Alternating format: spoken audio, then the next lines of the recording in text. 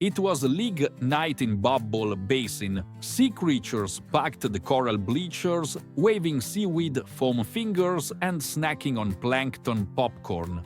The crowd was buzzing, the pressure bubbling. And there, rolling up with all the confidence of a turtle with no shell, was Puffy. A round little blowfish with a big heart and even bigger nerves. Puffy tried to prepare himself for his shot at glory. He took a deep breath and whoosh! He launched himself down the lane, closing his pufferfish eyes in nervousness. And wham! He completely missed the pins. Instead, he flattened the pin setters. The pin setters were a group of very irritable hermit crabs who were none too pleased with the situation. One of them screamed, "That's the 5th time this week. I'm filing for crab compensation." The crowd gasped. Puffy deflated literally. His spikes drooped like jellyfish tentacles. His confidence shriveled like a sea cucumber in a cold current. He heard the laughter, he felt the shame, and somewhere in the back of his head, a voice whispered, "You're not cut out for this. You're a laughingstock, a fish balloon." Just as Puffy was about to spiral into a kelp-coated pity party, Ocho showed up. No speeches, no pep talk, just a quiet invitation. They floated away to the reef's quiet corner. No pins, no pressure, just the warming sun rays, soft seaweed, an eavesdropping sea slug, and Ocho's wisdom. He told Puffy about a secret battle. Inside every sea creature, two forces bubble and bounce. One is a grumpy sea urchin, always mad, always dramatic, listens to emo sea shanties. The other, a peaceful seahorse, calm, cool, teaches the yoga to dolphins. Puffy pictured them in his head.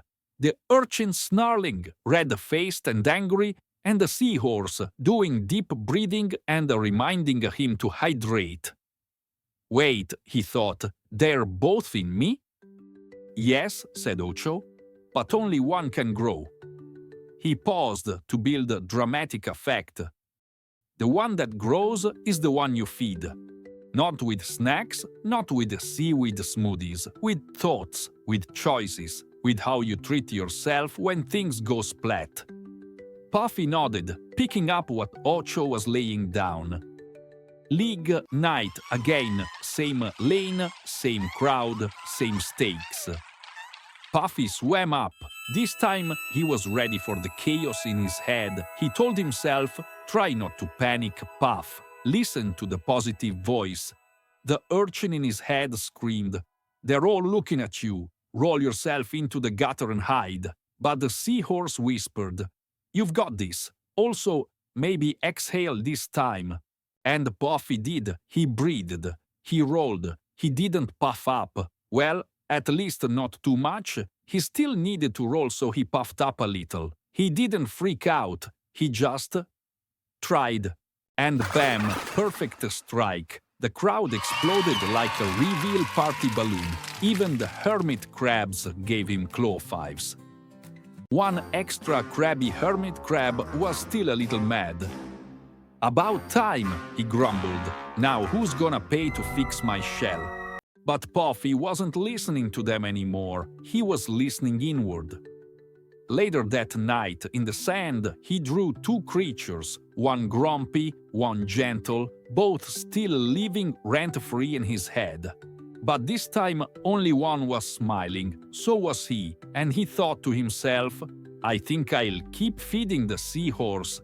So ask yourself, next time the pressure's on, the crowd is loud, and your inner urchin is ready to rage. Which one will you feed? Spoiler alert, it's the seahorse. That's all for now, my friends. Be sure to like and subscribe if you haven't already. Smell you later.